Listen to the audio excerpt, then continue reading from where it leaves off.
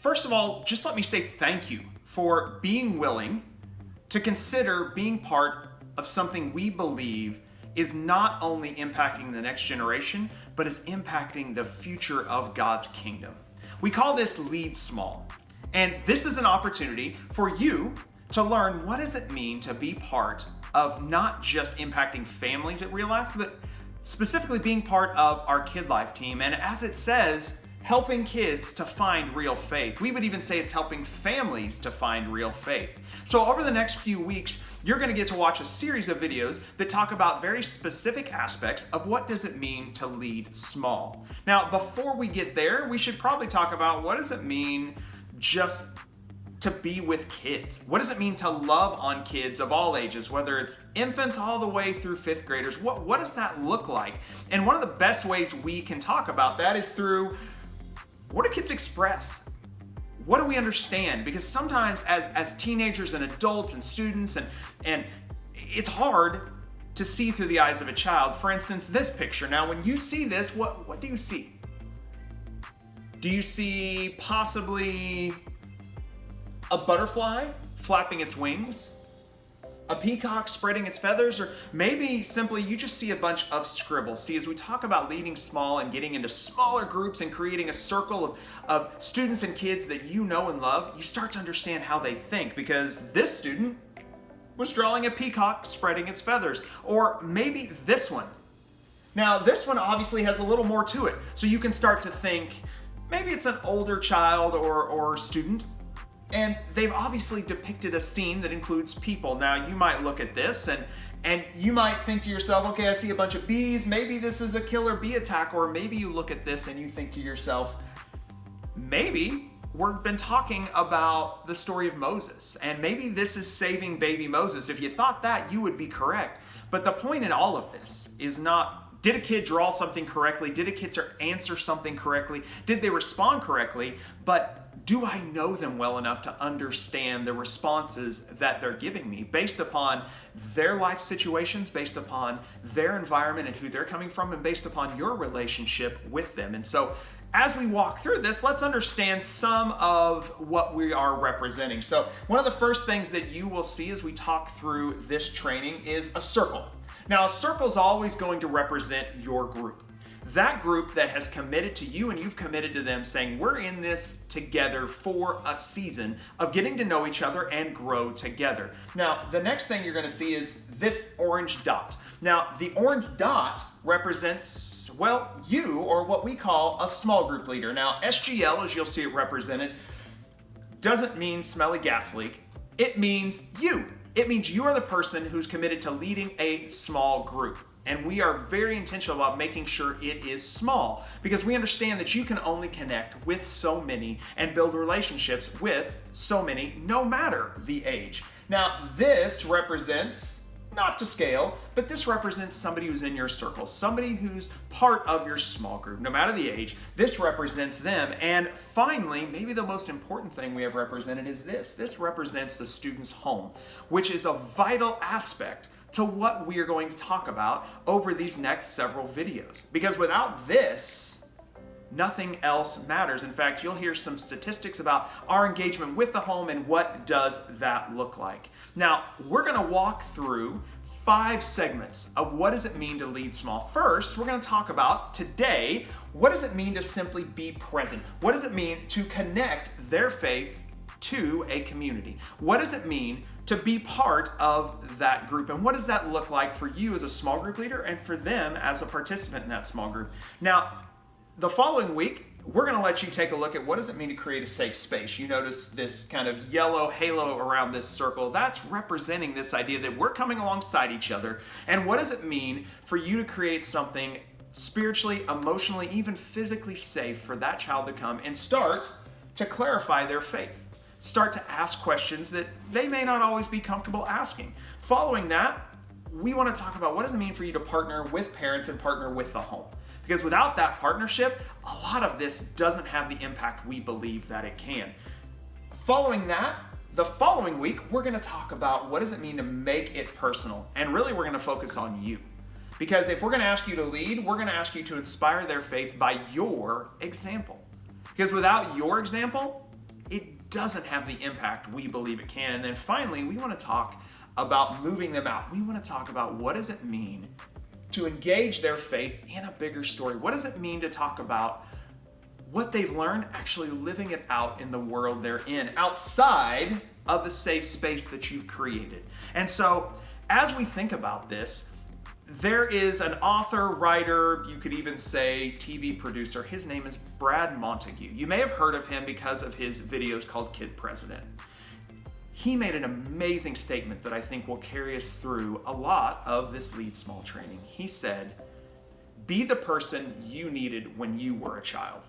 And maybe you had that person, maybe you needed that person, whoever that is, as we start to walk through this, think about who did you need when you were a child? Who did you desire to have in your life, or who did you have in your life that made an impact on you? Because we're going to give you tools far beyond just the curriculum and the crafts and the activities that we give you to help you engage with these kids, to help them take their next step in faith, whether they're a preschooler, whether they're a third grader, whether they're moving into 6th or 7th grade. That you have the opportunity to engage with them. One of those tools, actually, Brad Montague created. He takes this into classrooms and he asks them, where are you at on this map? Just to get kids and students talking about, where am I at? Where right now? Because sometimes that's the best question you can ask. It's not, tell me about the lesson we just learned, but it's simply asking them, where are you at? And so as we think about that, we're going to jump into our Lead Small training. Now let's talk about what does this process look like as we move over the next few weeks. We've talked about the segments we're going to walk you through, but more importantly, let's talk about you. Because the first thing we want to do is to engage you, to help you understand what this means, and to ask you to commit for a school year. To ask you to commit for a consistent period of time where you will show up in the life of a child that we're going to talk about today. Next, we're going to ask you to engage with the home. Now that's going to look different depending on the home, we totally understand, but we're going to engage them and ask them to commit, and then we're going to connect the two of you because they've committed to a certain service time and you've committed to that. Now you have something in common where you come alongside that home, because let's be honest, if you haven't connected to the home and you try to connect with their kid outside of our church walls, that gets a little creepy, and we definitely don't want that for you. So we want you to understand that parent and who they are, and then we want you to connect with that child, and that will be often in the context of a small group, but even beyond that small group, we'll talk about what does it mean to show up, and we'll talk about that a little bit today as we talk about what does it mean to be present. Finally, we want to connect that whole group together. We want to create a group that has each other's backs, that knows each other. Our kids get this often because they're in school with one another. They have consistent bonds, but we want it to be a safe place where they know those kids are there for them. And so as we walk through that process, today we're going to talk about what does it mean to be present. And we're going to ask you to take a look at this video that helps us understand how does it work to connect their faith to a community. So take a look at this.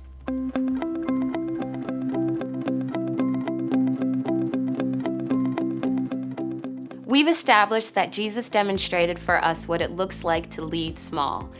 As much as he made an impact on the crowds he preached to and the people he healed along the way, he saved the best parts of himself for his disciples. They were taught the most important lessons, were tested by him in the most important ways, and were loved by him the most clearly. He shared their meals. He laughed at their jokes. He acknowledged their pain. He encouraged them to live out the things he tried to teach them, and he held his hand out to them whenever one of them stumbled. He did all of this because there were only 12 of them. That kind of care and attention can't be adequately given in a room full of people. Leading small can only be done right with a few, and it starts with 5 principles. The first principle of leading small is be present. There's nothing that can substitute for physical presence. Production and environments are important, but they don't take the place of having a consistent adult in the life of a kid or student. And if you have to economize and budget, don't let relationships be the thing you skimp out on. Give your attention and energy towards giving those relationships priority and life. At the end of the day, something else will outshine you as far as production and environments go. Disney and social media are loud contenders for kids and students' attention. But Disney, social media, and even excellence in our own programs and communicators will never be able to give kids and students the kind of face-to-face time and attention that authentic community can offer. Small group leaders, you have something that those things will never be able to offer. The best productions can't compete with what you can put in the life of a kid relationally. So play up your strengths. In a church of 50 or in a church of 5,000, your strength is one-on-one relationships. Your strength is looking at a kid or teenager and saying, "You're my priority." And I'm going to show that to you by being here every week because you're worth it. In 1 Thessalonians, Paul said it this way, "So we cared for you because we loved you so much. We were delighted to share with you not only the gospel of God, but our lives as well." That's the job of a small group leader. You care, you love, you delight. That's the place where faith and futures are changed. There are way too many kids and teenagers who don't believe in God. Why? Because there are way too many kids and teenagers who don't have consistent adults in their lives who love them like God loves them. When you're present for your few, you give them the opportunity to understand what it means to be forgiven by someone. And when you're present for your few, you connect them to something that is bigger than themselves, a community of faith. So what does that mean to be present for your few? Where do we start? First, show up predictably. Commit to being in their lives for a season of time, whatever amount of time that is, and actually be there. This is where the rubber meets the road. This is where trust is built. This is where you prove to your few that you're there for the long haul. Next, show up mentally. Your time with your few is limited. An hour or two a week isn't very long at all. So when you're with them, be with them. Tune out everything else that's going on in your life, prepare ahead of time, and give them your best. Your undivided attention is a gift for your few. Lastly, show up randomly. Use tools like social media or texting to wish them luck on their test. Be a smiling face in the crowd at a game or recital. Support them during milestones like graduations or birthday parties. Reinforce that you believe in them and care for them. You cannot lead a small group without trust. You cannot build a community without trust. Toddlers need someone who doesn't look like a stranger. Elementary schoolers need someone who remembers the name of their goldfish. Middle schoolers need someone who is up to date on their weekly, sometimes daily, dramas. High schoolers need someone who knows their struggle and is committed to sticking by them. When you show up on a regular basis, predictably, mentally, and randomly, you are well on your way to connecting your kids and students to a community of believers who encourage authentic faith. Kids and teenagers need community just as much as adults do. It isn't a need that we ever grow out of. God created us for community. Jesus illustrated community. The early church practiced community. And when you're present for your few, you're engaging in this very human need. You're providing your few with community. You're giving them the opportunity to practice loving others. And you're teaching kids and students they're worth being loved by others. Man, we hope you will be willing to join us on this journey of leading small and simply being present in the life of the child. That's the biggest tool you bring. As you heard today, the biggest thing you bring is simply being consistent in the life of a child. In fact, you get this and I get this because consistency means everything. If you only showed up to work once a week, it probably wouldn't make a very big impact. And honestly, you probably wouldn't get paid very well or have a job very long. Consistency is everything as we begin this process of talking about what does it mean to lead small. Now, we want to give you a few questions just to think about and even discuss with the person who's helping to lead you through this process. First, what are ways you could try to know your few personally? Thinking about how could you connect with them in your own unique way, because this is definitely a unique process. It is not a canned process that is a one-size-fits-all, because what you bring to the table, God gave you because it is so important. And how has someone been physically present in your life? Think about what did that look like? Who was that person? Third, when can being present mentally be the most difficult for you? What does that look like? Is it a time of day? Is it something going on in your world? Is it after you've come off a project? I don't know what that looks like for you, but we want you to think about that so that you know what you are bringing to the table in any situation. And finally, what are ways you would like to try showing up randomly? As we talked about in the video, showing up randomly is huge. And let me be honest, being present is gonna look different for everybody. And so showing up randomly in some kids' lives may mean that you have the ability to go to a soccer game. You may not have that amount of time. It may mean simply texting their parent or asking their parent to connect with them in the appropriate way to just show up. And I promise you, when you show up randomly, God is gonna use that. And so think about these 4 vital questions as we think about what does it mean to be present. Now remember that plan, because as we walk you through this training over the next several weeks, we're gonna get you connected with that home. We're gonna get you connected with that child, and we're gonna get you connected in a small group, in an environment where they're comfortable and you are comfortable. We are so honored that you have started this journey with us, and be on the lookout for the next series of videos coming your way shortly. And don't forget, God is crazy about you.